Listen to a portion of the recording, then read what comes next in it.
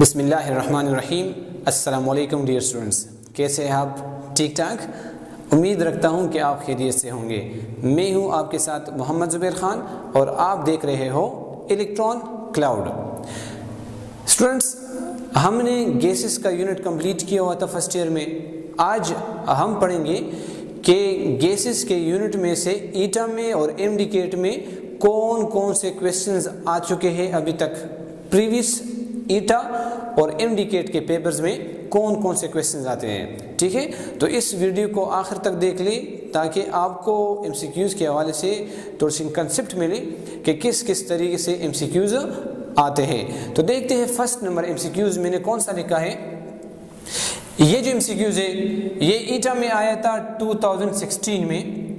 2016 के पेपर्स में ईटा में ये आ चुका था। क्वेश्चन क्या है? A gas diffuses 1/4 times faster as helium। एक गैस है वो हीलियम के मुकाबले में 1/4 टाइम फास्टर जा रहा है, डिफ्यूज हो रहा है। दो गैसेज है, एक हीलियम है और उसके साथ दूसरा गैस है। दोनों दौड़ रहे हैं, दोनों भाग रहे हैं। वो जो दूसरा गैस है वो हीलियम के मुकाबले में 1/4 टाइम्स फास्टर मोशन कर रहा है, फास्टर डिफ्यूज हो रहा है। The molecular mass of this gas is, वो जो अननोन गैस है दूसरा गैस है उसका मॉलिक्यूलर मास क्या है? मॉलिक्यूलर मास क्या है? दो गैसेज है, एक हीलियम है और दूसरा अननोन है। दोनों जा रहे हैं, डिफ्यूज हो रहे हैं। हीलियम भी है और दूसरा गैस भी है। वो दूसरा गैस हीलियम के मुकाबले में 1/4 टाइम्स फास्टर जा रहा है। उस गैस का जो अननोन है उस गैस का मॉलिक्यूलर मास फाइंड करें कि उसका मॉलिक्यूलर मास क्या होगा। ठीक है, आप जरा इस क्वेश्चन को गौर से देख लें। इसमें दो चीजें गिवन है, एक चीज रिक्वायर्ड है। रिक्वायर्ड क्या है? Molecular mass of the gas, molecular mass of the unknown gas, कि अननोन गैस का मॉलिक्यूलर मास क्या होगा। ये तो हमें रिक्वायर्ड, ये तो हम रिक्वायर्ड है। इसको मैं नाम देता हूं M2, molecular mass of the second gas, unknown gas. Helium given है, हीलियम इसको, इसके मास को मैं नाम देता हूं M1 का, molecular mass of helium M1। ये गिवन है 1/4 टाइम फास्टर, इसको मैं देता हूं रेट, स्पीड है तो R में कहता हूं R। अननोन गैस M2 है ना, तो ये जो रेट है इसको मैं कर लूंगा R2, मतलब ये गिवन है इसका रेट गिवन है, अननोन गैस का रेट गिवन है। अब देखिए जरा, R2 यहां मौजूद है हीलियम में, इसके मास को मैं देता हूं M1, अननोन गैस के मॉलिक्यूलर मास को मैं नाम देता हूं M2। मैं M2 फाइंड करूंगा। एक शॉर्टकट ट्रिक आपको बता रहा हूं। आप अगर इस तरह कोई आपको क्वेश्चन गिवन हो कि दो गैसेज हो और उस गैसेज के डिफ्यूजन के बारे में बात हो, एक का डिफ्यूजन आपने दूसरे के साथ कंपेरिजन करना हो, तो सिंपली क्या करोगे देख ले जरा। फार्मूला आप लिख ले, ये वाला फार्मूला आप लिख ले। M2 is equal to M1 multiply 1/R2 का स्क्वायर। ये वाला फार्मूला लिख लें, इजीली आपको इसका आंसर आ जाएगा। देख ले जरा, M2 क्या है? M2 हम फाइंड करेंगे, M1 क्या है? M1 helium, molecular mass helium का M1, 1/R2 जो रेट हमारे पास गिवन है R2, ये वाला यहां हम पुट करेंगे। सो देखिए मैं यहां पर वैल्यूज पुट कर रहा हूं। M2 is equal to M1 क्या है? हीलियम का मॉलिक्यूलर मास क्या है? 4। हीलियम का मैंने लिख लिया molecular mass, M1 multiply 4 multiply 1/R2, bracket लिख लिए। 1/R2 क्या है? R2 इज 1/4, 1/4 स्क्वायर लिख लिया इसका, इज इक्वल टू क्या आ जाएगा? यह आ जाएगा 4 मल्टीप्लाई, ये 1/4 इस तरह ऊपर चला जाएगा, इससे आ जाएगा 1 मल्टीप्लाई 4/1 इसका स्क्वायर। अगर आप इसका स्क्वायर लोगे तो स्क्वायर इसका आएगा बस 1, तो 1 के साथ कट जाएगा। 4 का स्क्वायर आता है 16, तो ये बन जाएगा 4 मल्टीप्लाई 16, इससे आता है 64। इसमें कौन सा ऑप्शन करेक्ट हो गया? ये वाला। मतलब जो अननोन गैस है आपके साथ, उसका मॉलिक्यूलर मास क्या होगा? 64 AMU। ठीक है, दोबारा एक नजर देख लें। दो गैसेस है, हीलियम है और दूसरा गैस है। हीलियम के साथ दूसरा गैस डिफ्यूज हो रहा है। दूसरा गैस इतना टाइम फास्टर मोशन कर रहा है, डिफ्यूज हो रहा है हीलियम के मुकाबले में। आप इस गैस का मॉलिक्यूलर मास फाइंड करें, तो फॉर्मूला आप ये लिख लें, M2 is equal to M1 multiply 1/R2। M2 क्या है? अननोन गैस जो हम फाइंड करेंगे, is equal to M1 helium का मॉलिक्यूलर मास मल्टीप्लाई 1/R2 का स्क्वायर। R2 क्या है? ये गिवन है, वैल्यूज पुट करें, क्या आंसर आया? 64। ठीक है जी, तो ये वाला ऑप्शन करेक्ट है। नेक्स्ट नंबर है, maximum deviation from ideal gas is expected from. Maximum deviation from ideal gas is expected from.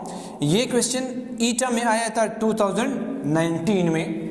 2019 में ये क्वेश्चन आया था।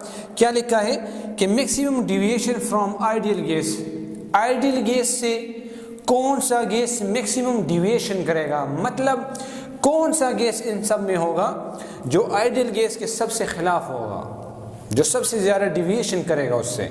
ठीक है, इन सब में वो कौन सा गैस होगा? देखिए, एक ऑप्शन गिवन है नाइट्रोजन, दूसरा ammonia NH3, carbon dioxide and hydrogen. क्या करोगे आप? आपने सोचना होगा, आपने आइडियल गैस में पढ़ा था कि आइडियल गैस में कोई फोर्स ऑफ अट्रैक्शन नहीं होती।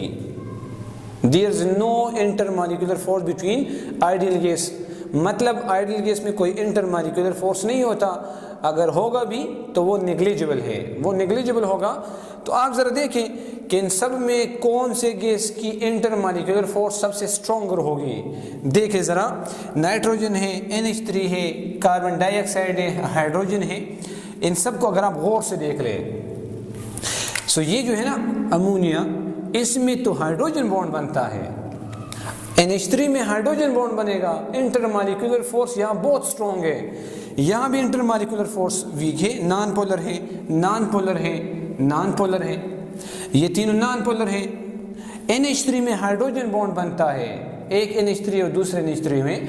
मतलब आइडियल गैस ने कहा था कि गैस के मॉलिक्यूल्स के दरमियान जो इंटरमॉलिक्यूलर फोर्स होगा वो न होने के बराबर होगा, वो नेग्लिजिबल होगा, इतना कम होगा कि नेग्लिजिबल मतलब नहीं होगा। लेकिन NH3 में तो इंटरमॉलिक्यूलर फोर्स बहुत स्ट्रॉन्ग होगा। सही, यहाँ पर हाइड्रोजन बॉन्ड ये बनाता है, तो करेक्ट ऑप्शन ये वाला होगा। NH3 क्या करेगा? मैक्सिमम डिविएशन करेगा आइडियल गैस से, मतलब ये आइडियल गैस के सबसे खिलाफ होगा। आइडियल गैस वो गैस जिसमें इंटरमॉलिक्यूलर फोर्स ना हो। NH3 में इंटरमॉलिक्यूलर फोर्स क्या है? बहुत स्ट्रॉन्गर फोर्स है, वो है हाइड्रोजन बॉन्ड। ठीक है, नेक्स्ट MCQs हम बढ़ते हैं कि नेक्स्ट कौन से MCQs हैं। थर्ड नंबर MCQs है, equal volume of gas, equal volume of carbon monoxide and nitrogen gas are taken in identical condition. हमने कार्बन मोनोक्साइड का और नाइट्रोजन का इक्वल वॉल्यूम लिया है, वॉल्यूम हमने इक्वल लिया है, are taken in identical condition, और दोनों का कंडीशन क्या है? वो भी सेम है। आपने STP में पढ़ा है ना, standard temperature and pressure, standard condition. For example her gas के लिए सेम कंडीशन, अगर सेम कंडीशन है तो फिर क्या है? Equal volume. अगर कंडीशन सेम होंगे तो वॉल्यूम भी सेम रहेगा। STP पर गैस का वॉल्यूम कितना होता है? 22.4 dm3। हर एक गैस का वॉल्यूम होता है 22.4 dm3 STP पर, स्टैंडर्ड टेम्परेचर एंड प्रेशर पर। मतलब अगर कंडीशन बराबर हो तो सबका वॉल्यूम भी बराबर होगा।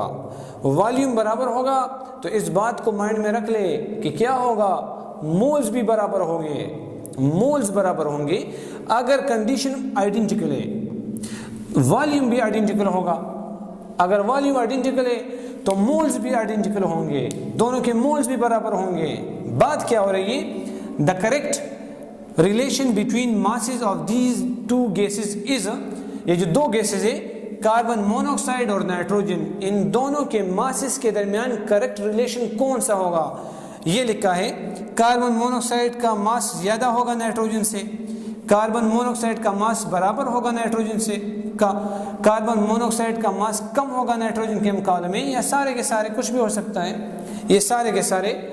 ये क्वेश्चन आया है 2018 की ईटा के क्वेश्चन में। अब ज़रा देखिए, मेरी बात ज़रा फिर सुने, कंडीशन बराबर है, अगर कंडीशन बराबर होंगे वॉल्यूम भी बराबर होगा, वॉल्यूम भी बराबर है, अगर कंडीशन बराबर है वॉल्यूम बराबर है तो दोनों के मोल्स भी बराबर होंगे। अगर ये 1 मोल है तो ये भी 1 मोल है, अगर ये 2 मोल है तो ये भी 2 मोल होगा। अब क्वेश्चन क्या है, बताया गया है कि the correct relation between the masses, दोनों के मास का आपस में रिलेशन कौन सा करेक्ट होगा? ये जो दो गैसेस है इन दोनों के मास का रिलेशन क्या होगा? वॉल्यूम तो बराबर है, ठीक है, कंडीशन भी बराबर है, मोल्स भी बराबर है, अब मास का क्या होगा? ये वाला करेक्ट होगा, ये वाला करेक्ट होगा, ये वाला करेक्ट होगा, ये वाला करेक्ट होगा। सोच ले आप जरा। अच्छा मैं बताता हूँ आपको, देखिए कार्बन मोनोऑक्साइड इसका 1 मोल है तो ये भी 1 मोल है, इसका अगर आप मोलर मास फाइंड करें तो कार्बन 12, ऑक्सीजन क्या है 16, इससे आ जाएगा 28, यहाँ नाइट्रोजन 2 है 14 मल्टीप्लाई 2 बन जाएगा 28, इसका भी मास है 28, इसका भी मास है 28, दोनों का मास है 28। मतलब अगर मोल्स बराबर है, यहाँ इसका मास भी बराबर है आपस में, इसका भी मास 28 आता है, इसका भी मास 28 आता है, मतलब कौन सा होगा? ये वाला रिलेशन क्या होगा?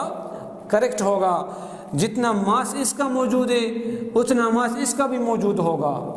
अगर इस तरह क्वेश्चन हो कि दो गैसेस आपके साथ गिवन हो, दोनों के मास में फ़र्क हो, अगर एक गिवन है फॉर एग्जाम्पल कार्बन डाइऑक्साइड, ये आपके साथ गिवन है कार्बन डाइऑक्साइड और ये आपके साथ नाइट्रोजन गिवन है, क्वेश्चन बाकी ये हो कार्बन डाइऑक्साइड का अगर 1 मोल है तो इसका भी 1 मोल है, अगर ये 2 मोल है तो ये भी 2 मोल है। अभी मोल्स तो बराबर है, अगर मोल्स बराबर है 1 मोल इसका मास फाइंड करें कि 1 मोल में इसका कितना मास है, इसका आता है 44, इसका आता है 28, मतलब 1 मोल में इसका 44 मास है और इसका 28 मास है, तो फिर ऑप्शन कौन सा करेक्ट होता? ये होता carbon dioxide, carbon dioxide, carbon dioxide, फिर ये वाला करेक्ट होता, बिकॉज कार्बन डाइऑक्साइड का मॉलिक्यूलर मास तो ज़्यादा आता है ना। अभी गिवन है कार्बन मोनोऑक्साइड, जब कार्बन मोनोऑक्साइड है दोनों का मास आपस में बराबर है तो मोल्स जब बराबर होंगे, वॉल्यूम जब बराबर होगा, कंडीशन जब बराबर होंगे तो क्या होगा? दोनों के मासेस भी बराबर होंगे। सो ये वाला ऑप्शन क्या है? करेक्ट ऑप्शन है। 4th नंबर देखे जरा, 4th नंबर एमसीक्यूज है, if absolute temperature of the gas is double, अगर एक कंटेनर में गैस है, उस कंटेनर में गैस का अगर हम टेम्परेचर को डबल कर ले, एब्सोल्यूट टेम्परेचर मतलब टेम्परेचर इन केल्विन, अगर टेम्परेचर को हम डबल कर ले तो क्या होगा? टेम्परेचर हमने डबल कर लिया, next and pressure is increases by 4 times, उस कंटेनर में जो गैस मौजूद है उसका टेम्परेचर हमने डबल कर लिया, लेकिन प्रेशर को हमने 4 टाइम्स क्या कर लिया? इंक्रीज कर लिया। गैस है उसका टेम्परेचर हमने डबल कर लिया, 10 केल्विन से 20 केल्विन कर लिया, तो वॉल्यूम तो इंक्रीज होगा, वॉल्यूम इसका इंक्रीज हो गया। फिर हमने क्या कर लिया? उसी गैस के ऊपर जो प्रेशर था, pressure is increases by 4 times, ऊपर से हमने प्रेशर को 4 टाइम्स क्या कर लिया? इंक्रीज कर लिया, देन द वॉल्यूम बिकम, फिर वॉल्यूम क्या होगा? ये क्वेश्चन आया था 2015 के ईटा के क्वेश्चन में। देखें वॉल्यूम हाफ हो जाएगा, एक ऑप्शन ये है, दूसरा उसका वॉल्यूम डबल हो जाएगा, तीसरा है 4 टाइम्स हो जाएगा, 2 मतलब डबल, और इसमें से कोई ऑप्शन भी नहीं। देखो पहला हम ये देखते हैं, absolute temperature of gas is double, उस गैस का हमने एब्सोल्यूट टेम्परेचर डबल कर लिया। मैं यहाँ लिखता हूँ temperature is equal to volume, अगर मैं टेम्परेचर को डबल कर लेता हूँ, इसको मैं लिखता हूँ 2T, मैंने टेम्परेचर को डबल कर लिया। सो जब भी किसी गैस का आप टेम्परेचर को इंक्रीज करोगे तो वॉल्यूम क्या होगा? वो भी इंक्रीज होगा, वॉल्यूम भी डबल हो जाएगा, वॉल्यूम डबल हो गया। पहला काम तो मैंने किया, गैस का जो टेम्परेचर था मैंने डबल कर लिया, उस टेम्परेचर से उसका वॉल्यूम भी डबल हो गया, वॉल्यूम भी डबल हो गया।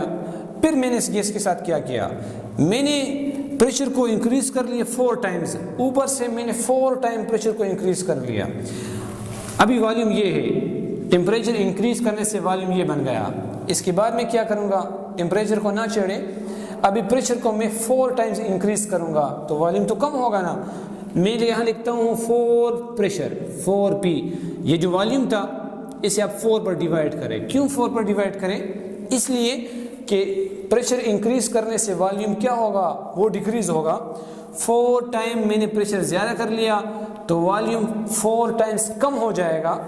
अब इसको डिवाइड कर ले 2 into 2, ये बन जाएगा is equal to 1/2 volume, 1/2 volume. तो 1/2 वॉल्यूम क्या है, ये तो हाफ है ना, देख लो 1/2 वॉल्यूम, वॉल्यूम बन जाएगा 1/2 हाफ। ये जो वॉल्यूम था इसका क्या बन जाएगा, हाफ। वॉल्यूम क्या है, हाफ। जब आप टेम्परेचर को डबल कर ले तो वॉल्यूम तो डबल हो जाएगा, लेकिन फिर आपने 4 टाइम्स प्रेशर को इंक्रीज कर लिया, सो ओरिजिनल वॉल्यूम जो पहले था उसका हाफ आ जाएगा। तो ये वाला ऑप्शन क्या है, करेक्ट ऑप्शन है। ठीक है, आज के लिए इतना ही काफ़ी था। नेक्स्ट लेक्चर में हम कुछ और MCQs पढ़ लेंगे। ठीक है, उम्मीद है आपको समझ आ चुका होगा। आप अपनी तरफ से इसी तरह कुछ MCQs बनाएं, डेटास को चेंज करें, गैसेस को चेंज करें, यहाँ डेटा को चेंज करें। जो प्रीवियस इसके पहले हमने 2 पढ़े थे उसके भी आप डेटास को चेंज करें और ख़ुद सॉल्व करें, कोशिश करें। ठीक है जी, अस्सलाम वालेकुम।